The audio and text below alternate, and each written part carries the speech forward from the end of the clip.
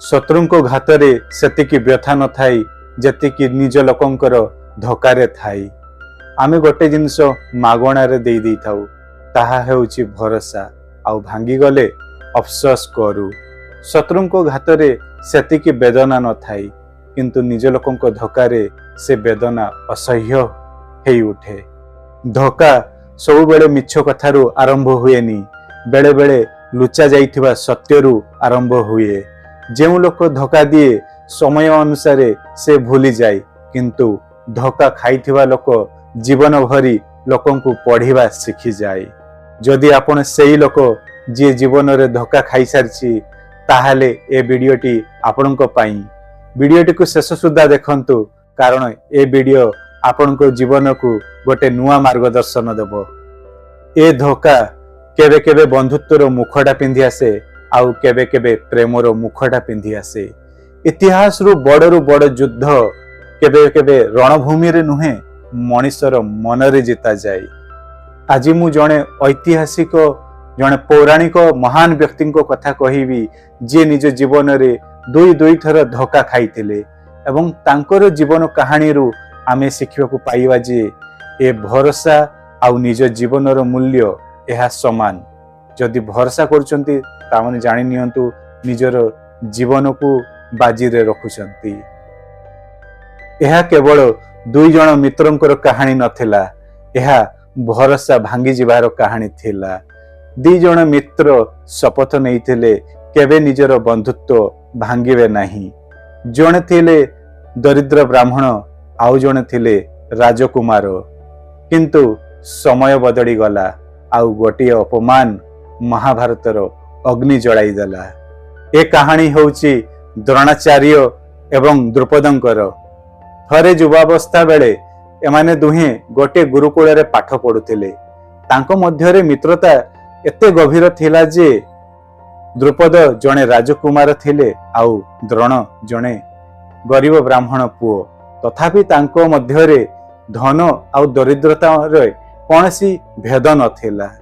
थरे द्रुपद द्रोणाचार्य को प्रतिश्रुति देले जे जेबे मु राजा हेबी मो राज्यर अधा राज्य मु तुमको देई देवी। ए प्रतिश्रुति द्रोणाचार्य को हृदय रे सत्यर सूर्य भली जड़ी उठिथिला। बहुत समय कटिगला, द्रुपद राजा हेई गले, किंतु द्रोणाचार्यंकर भाग्य बदलिला नहीं। से गरीब हेई रही गले। किंबदंती रे कहा जाइछि जे जेतेबेले अस्वस्थ मां क्षीर पई कांदुथिले तांको घरे गाई भी नथिला। से चाउल चुनार क्षीर देवा पई बाध्य हेई गले।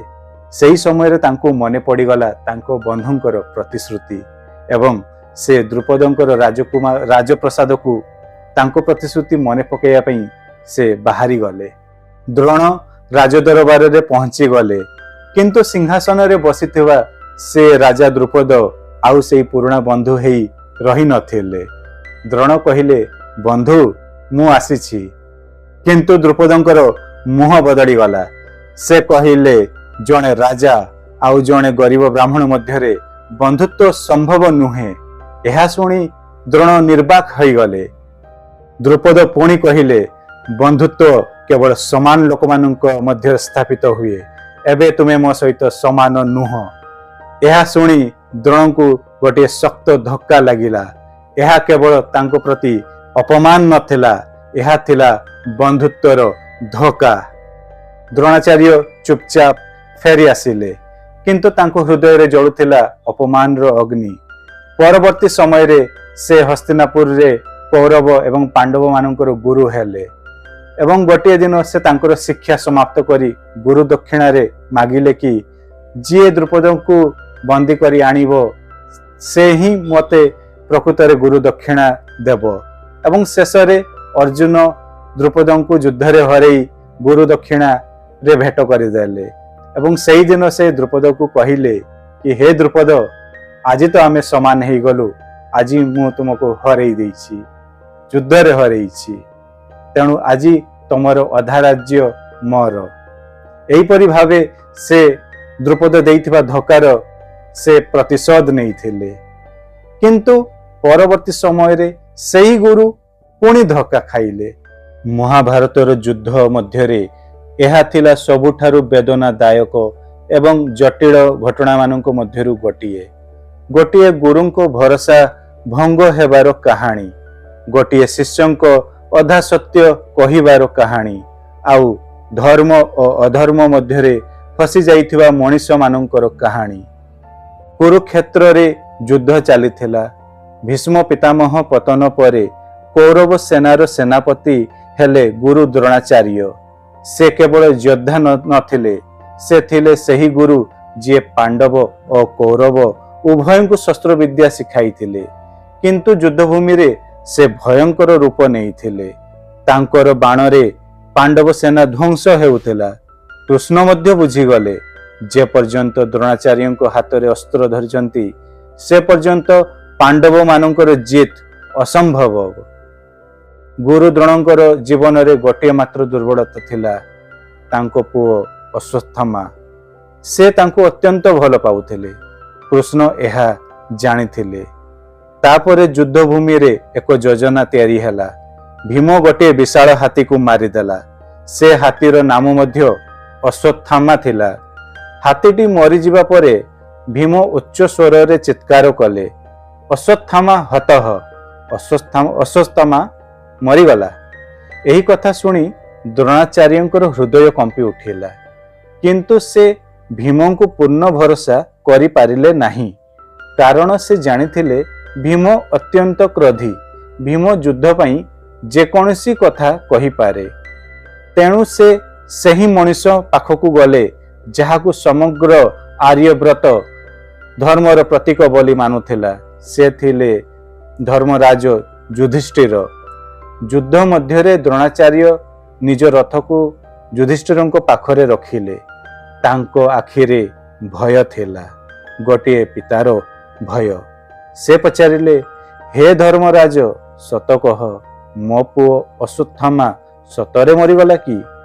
सही मुहूर्त अत्यंत भारी थिला, कारण युधिष्ठिर केबे मिछ कहु नथिले।